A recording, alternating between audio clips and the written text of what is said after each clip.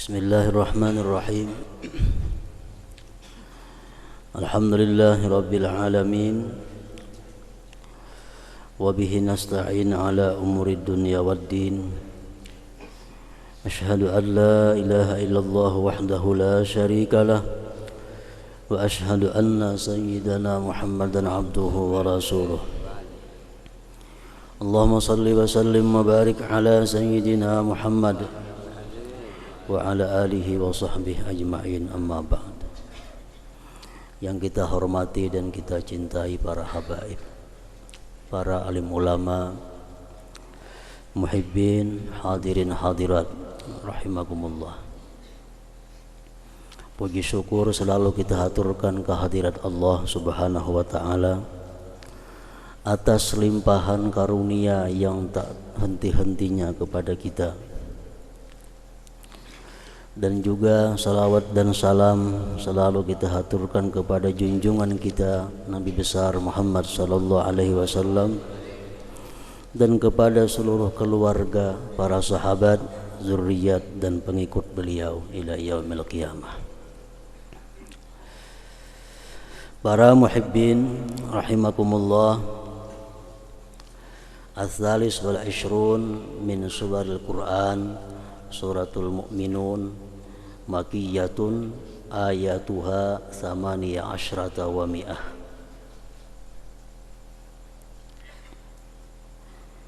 Surat yang ke-23 dari beberapa surah-surah Al-Quran, yaitu surat Al-Mu'minun.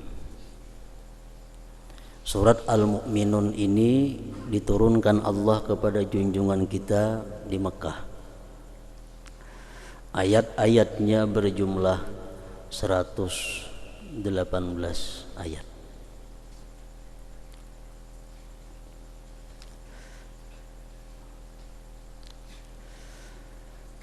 Dinamakan dengan surat Al-Mu'minun karena surat yang ke-23 ini dimulai dengan kalimat Qad aflahal mu'minun.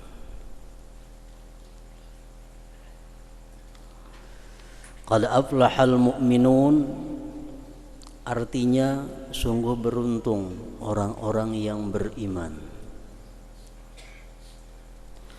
Alladzina hum fi salatihim khashi'un, yang mereka itu khusyuk di dalam sembahyangnya.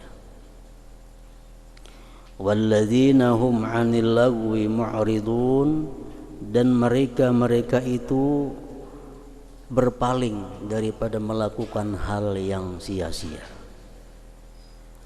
Walladzina hum lizzakati fa'ilun, dan mereka itu orang-orang yang menunaikan zakatnya. Walladzina hum li furujihim hafizun, dan mereka orang-orang yang menjaga kemaluannya. Illa ala azwajihim aw ma malakat aymanuhum fa innahum ghairu malumin, kecuali atas istri mereka atau budak jariyah yang mereka miliki, maka mereka itu tidaklah dicela. Pamani batagha wara'a dzalik faulaika humul adun, siapa yang mencari selain demikian maka itulah orang-orang yang melampau batas.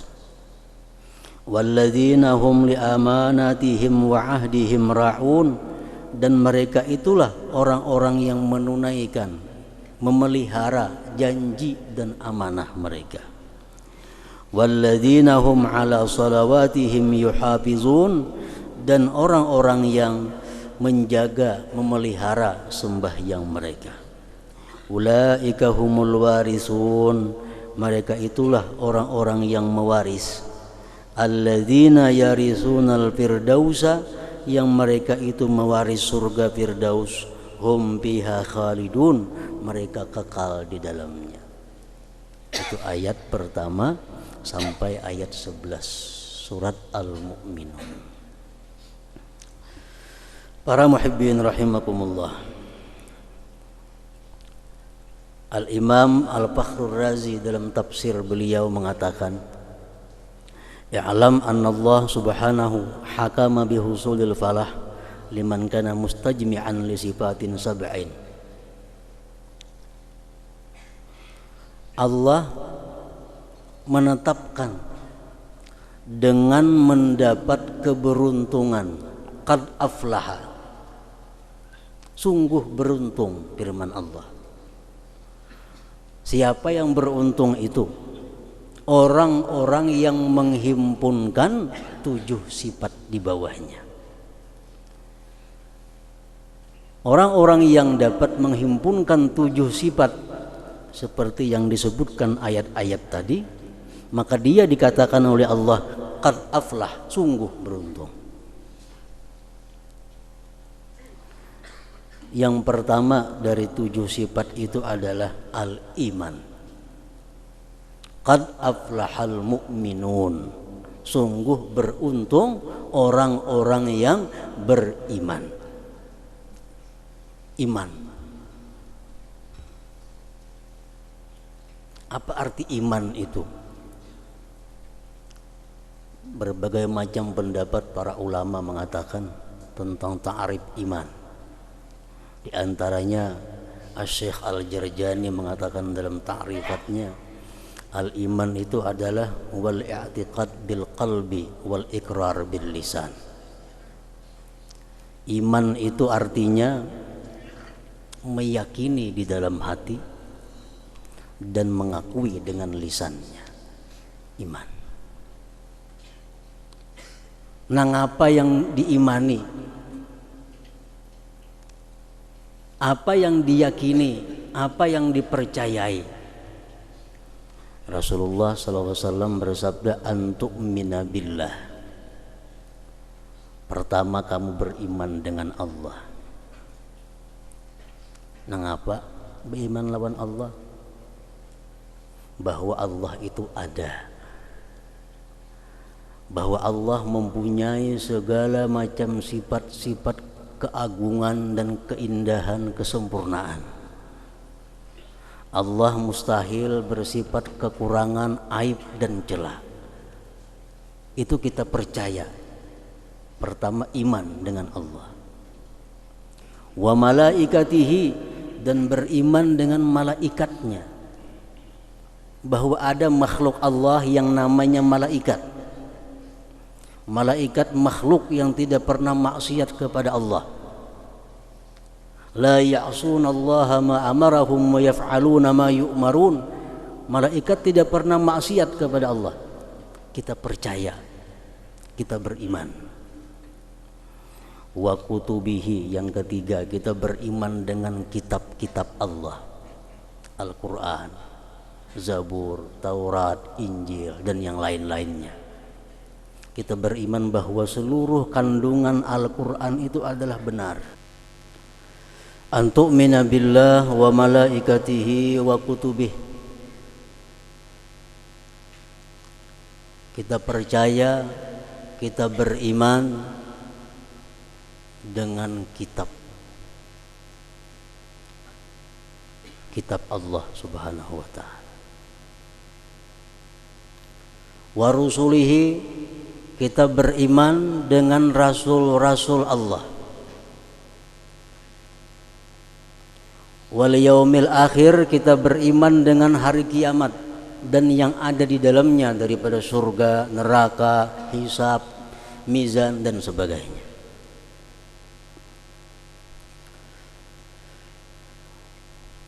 Wa bil qadari khairihi wa syarrih, dan kita beriman dengan takdir baik maupun takdir jelek.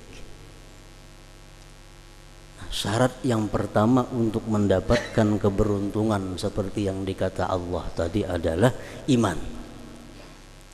Percaya dengan demikian tadi. Percaya bahwa Allah ada, percaya bahwa Allah selalu mengetahui apa yang kita lakukan. Percaya bahwa Allah selalu melihat apa yang kita kerjakan.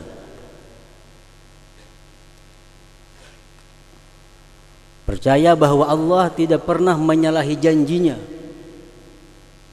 Innallaha la yukhliful mi'ad. Allah tidak akan menyalahi janjinya. Orang yang beriman Allah berjanji masuk ke dalam surga. Orang yang maksiat Allah berjanji masuk ke dalam neraka.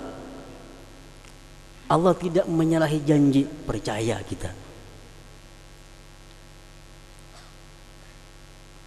Nah, cuma kepercayaan yang ada pada diri kita masing-masing itu pada sama. Kualitas atau nilai sebuah iman kita berbeda-beda.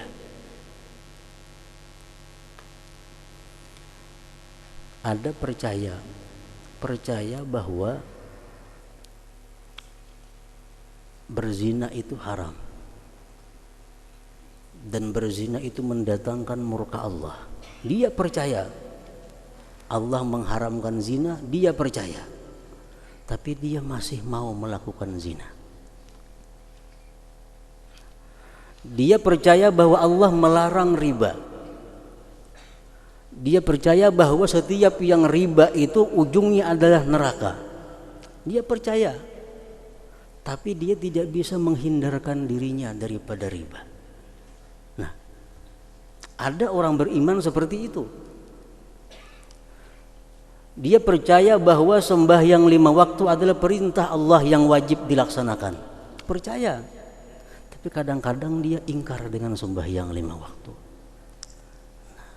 Kenapa iman seperti ini terjadi? Karena iman tersebut menurut sebahagian para ulama sufi mengatakan iman itu baru letaknya fi zahiril qalbi, di luar hati. Anaknya hanya di luar hati, di permukaan hati. Kaimanil awam, seperti imannya orang-orang awam.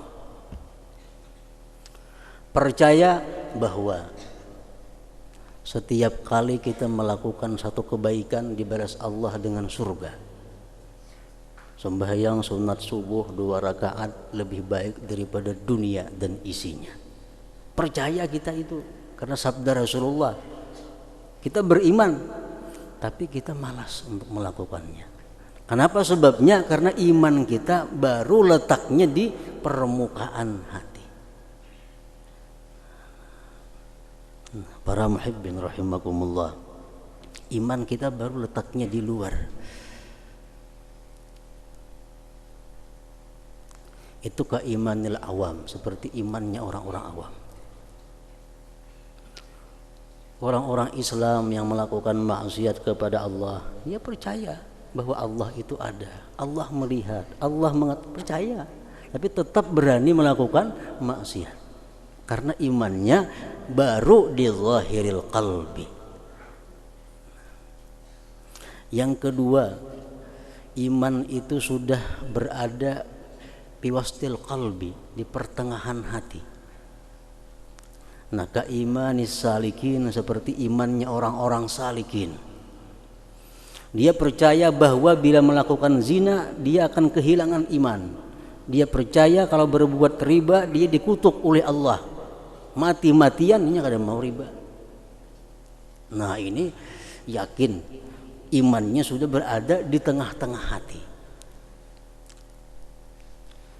Sembahyang ini baik, kata Rasulullah.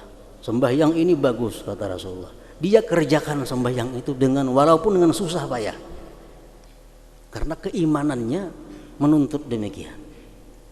Nah, ini orang yang imannya sudah berada di tengah-tengah hati disebut imanus salikin. Puasa karena iman bahwa itu adalah perintah Allah. Dia puasa walaupun dengan susah payah. Dia bangun tengah malam karena beriman bahwa Rasulullah mengatakan ini bagi orang yang bangun malam. Dia laksanakan dengan susah payah. Nah, ini imannya sudah di tengah hati, itu miliknya orang-orang salikin. Yang ketiga ada lagi al-iman fi dakhilil qalbi, iman yang adanya di lubuk hati. Nah, kaimani siddiqin, seperti imannya orang-orang siddiqin. Mereka bila mana Rasulullah atau Allah menyuruh sesuatu, dia beriman, dia melakukan dengan perasaan senang dan lezat dan nyaman. Kenapa sebabnya? Sembahyang 500 rakaat tiap malam, dia nikmat, dia lezat. Kalau kita 10 rakaat saja gerudutan, 500 rakaat dengan senang, dengan nikmat, karena imannya sudah bidakhilil qalbi, di lubuk hati. Nah, jadi iman kita ini kada lepas di antara 3 tempat itu. Imam Syafi'i mengatakan al-iman yazid wa yanqus, yazid bitta'ah wa yanqus bil ma'siyah. Imam Syafi'i mengatakan iman itu naik turun, bisa bertambah, bisa berkurang. Dia akan naik bila kita berbuat taat, dan dia akan merosot kalau kita berbuat maksiat. Nah, jadi iman yang letaknya di luar hati tadi, seperti imannya orang awam, ini kalau dipupuk dengan taat, dipupuk dengan kebaikan, dia bisa pindah tempat ke tengah hati. Tapi kalau dia melakukan maksiat, bisa hilang imannya daripada hatinya. Nah, iman itu bisa bertambah, bisa berkurang nilai kualitasnya. Kalau iman yang nilainya di bawah pada 5, itu andaknya cukup di luar hati. Nilai iman yang sudah 6-7 itu bisa andaknya di tengah hati. Iman yang nilainya 7 sampai seterusnya bisa letaknya di lubuk hati. Nah, kalau kita hendak membaguskan kualitas iman kita, tidak ada lain memperbanyak taat kepada Allah Subhanahu wa taala, supaya iman kita ini berpindah, jangan hendak di luar hati ini tuh berandak, supaya masuk minimal ke tengah-tengah hati kita. Rasulullah SAW bersabda, jaddidu imanakum aksiru min qawli la ilaha illallah. Rawahul Hakim. Kata Rasulullah, perbaharui iman, maksudnya perkuat iman dan perbanyak mengatakan la ilaha illallah. Nah, mengatakan la ilaha illallah termasuk taat. Makin banyak kita kata, makin menumbuhkan iman seseorang. Nah, pertama iman. Untuk mendapat keberuntungan yang dikatakan Allah tadi aflah, pertama iman syaratnya. Yang kedua al-khusyu' fis shalah, khusyuk di dalam salat. Wal alladzina hum bi salatihim khashi'un, orang-orang yang khusyuk dalam sembahyang.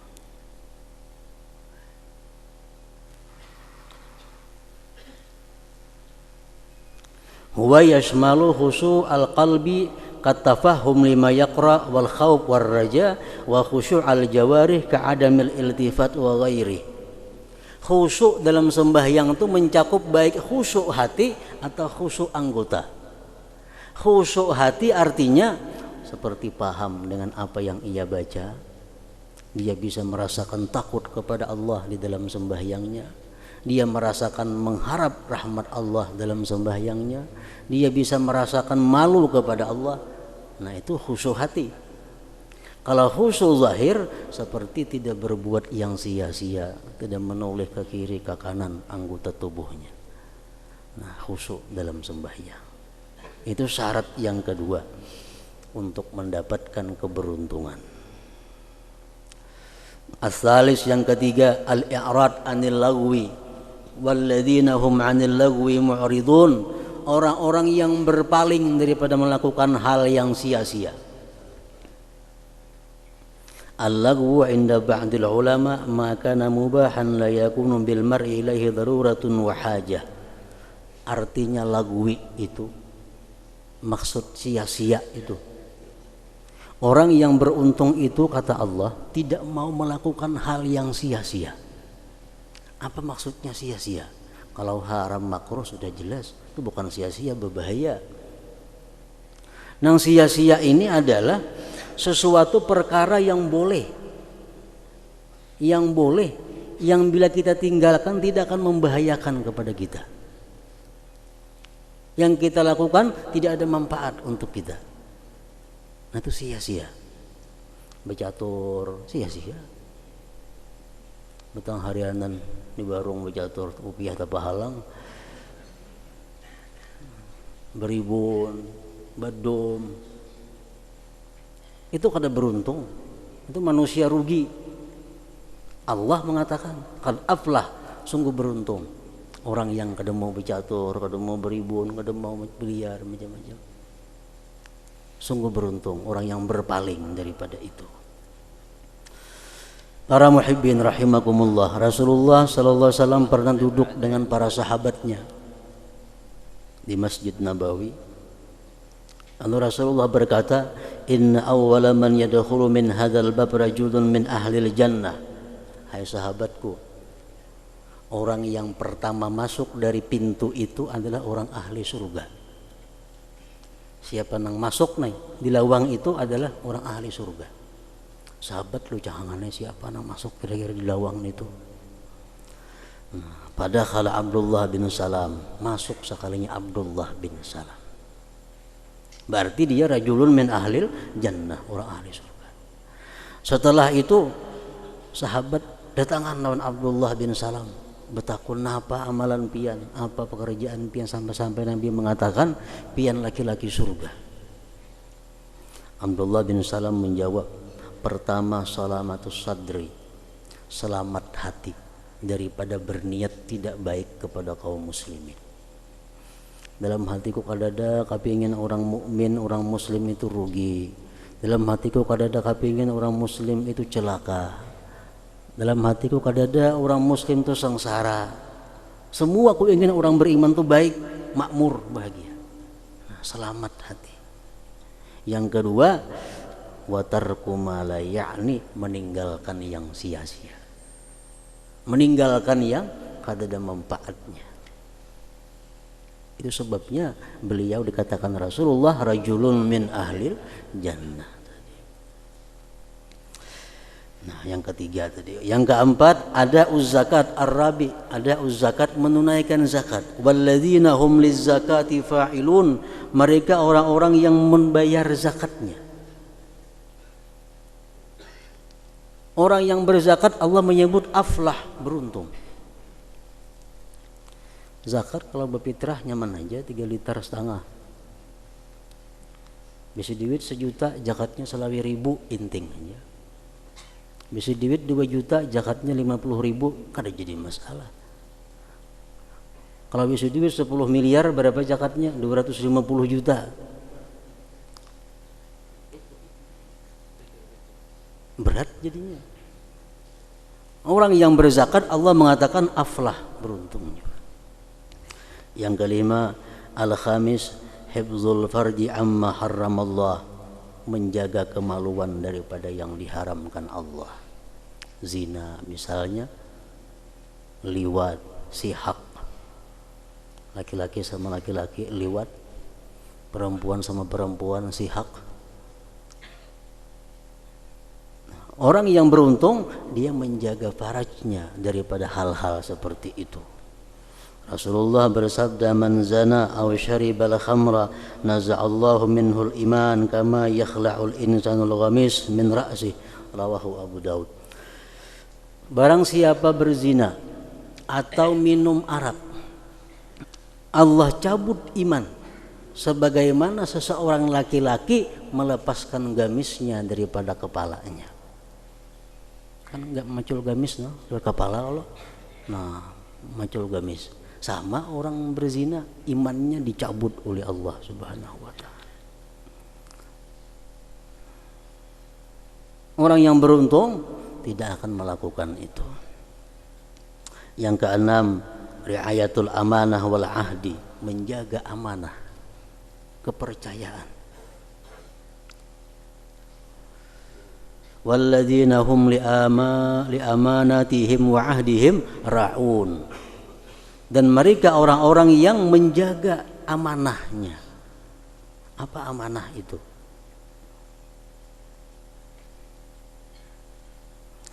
Qaraddil wada'i, seperti mengembalikan barang titipan. Mengembalikan barang titipan, barang pinjaman. Kita pinjam pun orang itu amanah, mesti dibulikakan. Orang menitip barang lawan kita itu amanah. Kalau orangnya mengambil satu saat, kita mengembalikan. Wa tarkit tadfif fil kail wal wazni wal dhira, meninggalkan, mengurangi pada takaran, timbangan, ukuran. Menjual beli, jangan kurang takaran, ukuran, timbangan. Duitnya pun jangan ada yang palsu dibuat membayarnya. Amanah.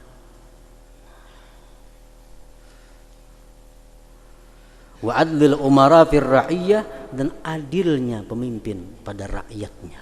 Amanah.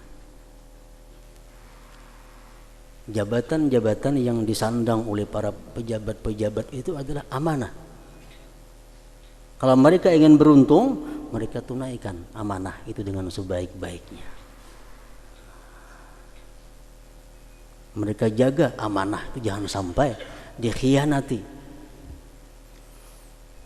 Kekayaan amanah, kepangkatan, kedudukan amanah. Kita dipinjami orang barang, kita dapat amanah. Kita diandaki orang barang, dapat amanah. Nang mesti dipelihara. Jangan sampai kita menganggap bahwa kalau kita diunjuki orang, diinjami orang sepeda motor, dianggap satu kenikmatan. Bukan, itu amanah. Jangan suka kita diandaki orang kendaraan, empat mandak lah orang, nah pakai aja, jangan suka. Itu amanah. Rasulullah SAW bersabda dalam hadis riwayat Tirmidzi mengatakan, "Idza fa'alat ummati 15 khaslatan halla bihal bala." Bila memperbuat umatku 15 perkara ini, maka sudah sah mereka dituruni bala. Sudah halal dapat bala kalau umatku sudah melakukan 15 perkara. Pertama, idza kana al-maghnam duwala. Yang pertama, idza kana al-maghnam duwala. Artinya apabila kekayaan negara itu hanya dinikmati oleh orang-orang kuat. Ampun siapa tambang batu bara itu? Ampun si anu, bukan orang-orang kuat. Ampun siapa tambang timah itu? Ampun anu, sanak gubernur. Ampun siapa itu tambang ini? Ipar bupati. Kekayaan negara cuma dinikmati oleh orang-orang kuat. Nah itu. Pembakal, kada bakal bisa tambang, irti maginnya. Orang-orang kuat, nah ampunnya. Kekayaan negara. Idza kana al-maghnam dual. Satu. Yang kedua, wal amanah maghnama. Orang dapat amanah merasa beruntung.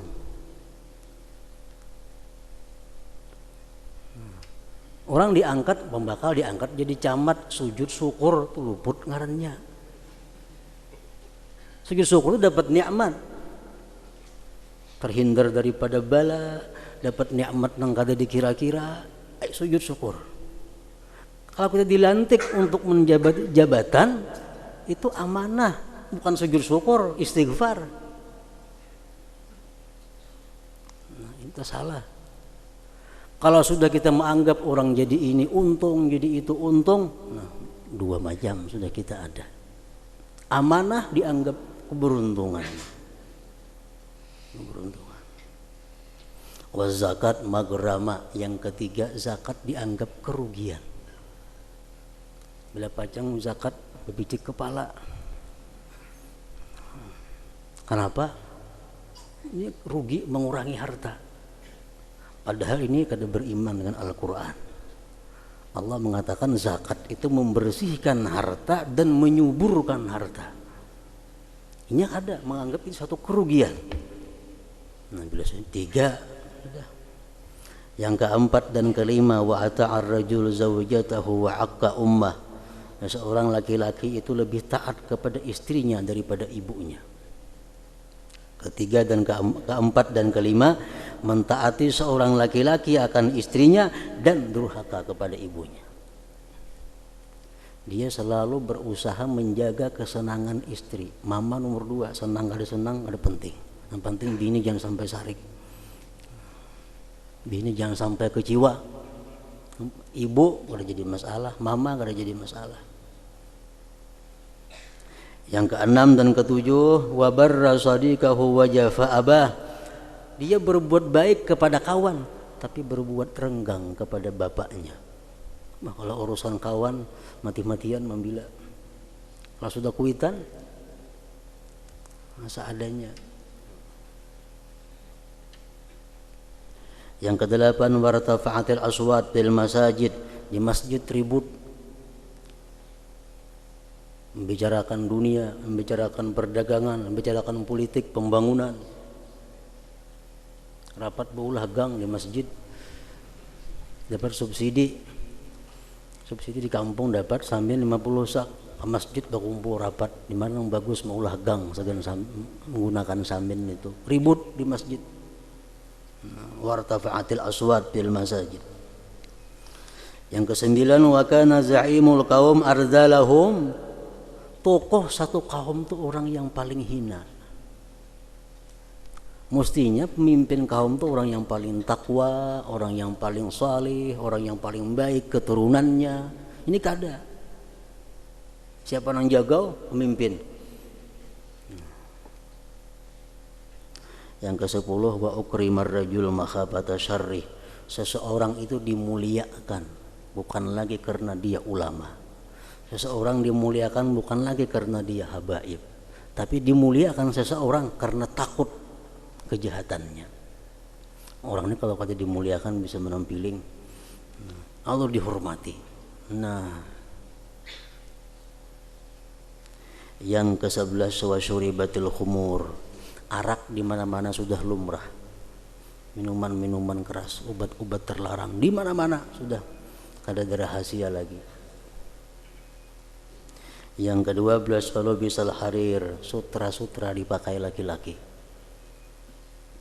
Yang ke-13, 14, waktu khizatil kainat wal mahazib. Dibikin biduan-biduan, dibikin hiburan-hiburan alat musik. Ada sekolahnya. Orang hendak jadi biduan, ada sekolahnya. Orang hendak main gitar, main suleng, ada pendidikannya, dibikin. Ada sekolah untuk melatih suara menyanyi, ada sekolah untuk main urhan, main drum, macam-macam. Dibikin, sekolahnya dibikin. Yang ke-15, wala'ana akhiru hadhil ummah awwalaha. Melaknat ini umat kepada orang-orang yang pendahulu mereka, sahabat-sahabat, para tabi'in, Imam Syafi'i dianggap biasa, Imam Maliki dianggap biasa, karena menghormati kepada orang-orang yang terdahulu. Nah, kalau satu kampung terhimpun 15 perkara ini, dia berarti sudah menandakan berani menentang azab Allah Subhanahu wa ta'ala. Nah, para muhibbin rahimakumullah. Nah, selanjutnya adalah surat yang ke-24 daripada surah-surah Al-Quran, surat An-Nur.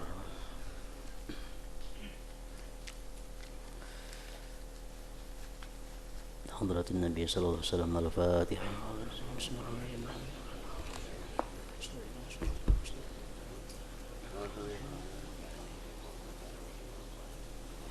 أشهد أن لا إله إلا الله وحده لا شريك له وأشهد أن محمدا عبده ورسوله